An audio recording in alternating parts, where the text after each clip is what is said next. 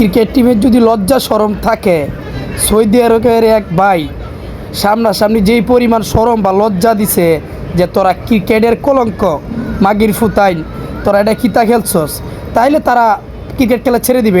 এটা বাস্তব। যদি ওদের লজ্জা শরম, নিম্নতমের লজ্জা শরম ওদের থাকে, তাহলে এরা ক্রিকেট খেলা ছেড়ে দিবে। এই ধরনের খেলা জাতিকে, এই ধরনের কষ্ট দেওয়া কোনো জাতি মেনে নিতে পারে না। সৌদি আরবের মানুষ যারা বাঙালি প্রবাসী আছে, তারা কি পরিমাণ কষ্ট করে টাকা কামা, সেই টাকা খরচ করে খেলা দেখতে গেছে।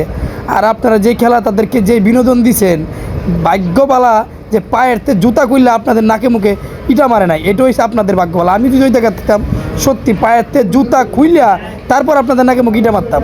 ওই শুধু গালাগালি করছে, এটুক করে আপনাদের সারি যে আপনাদের ভাগ্যবালা, বুঝছিনি?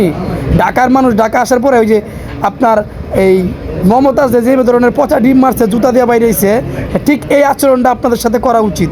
যদি এই আচরণটা আপনাদের সাথে করে, তাহলে আপনারা শিক্ষা নেবেন, আর আপনাদের লজ্জা শরম বুট্টো হইব, বুঝছেন নি? আপনারা লজ্জা শরম বুধ বলতে কিছু নাই আপনাদের।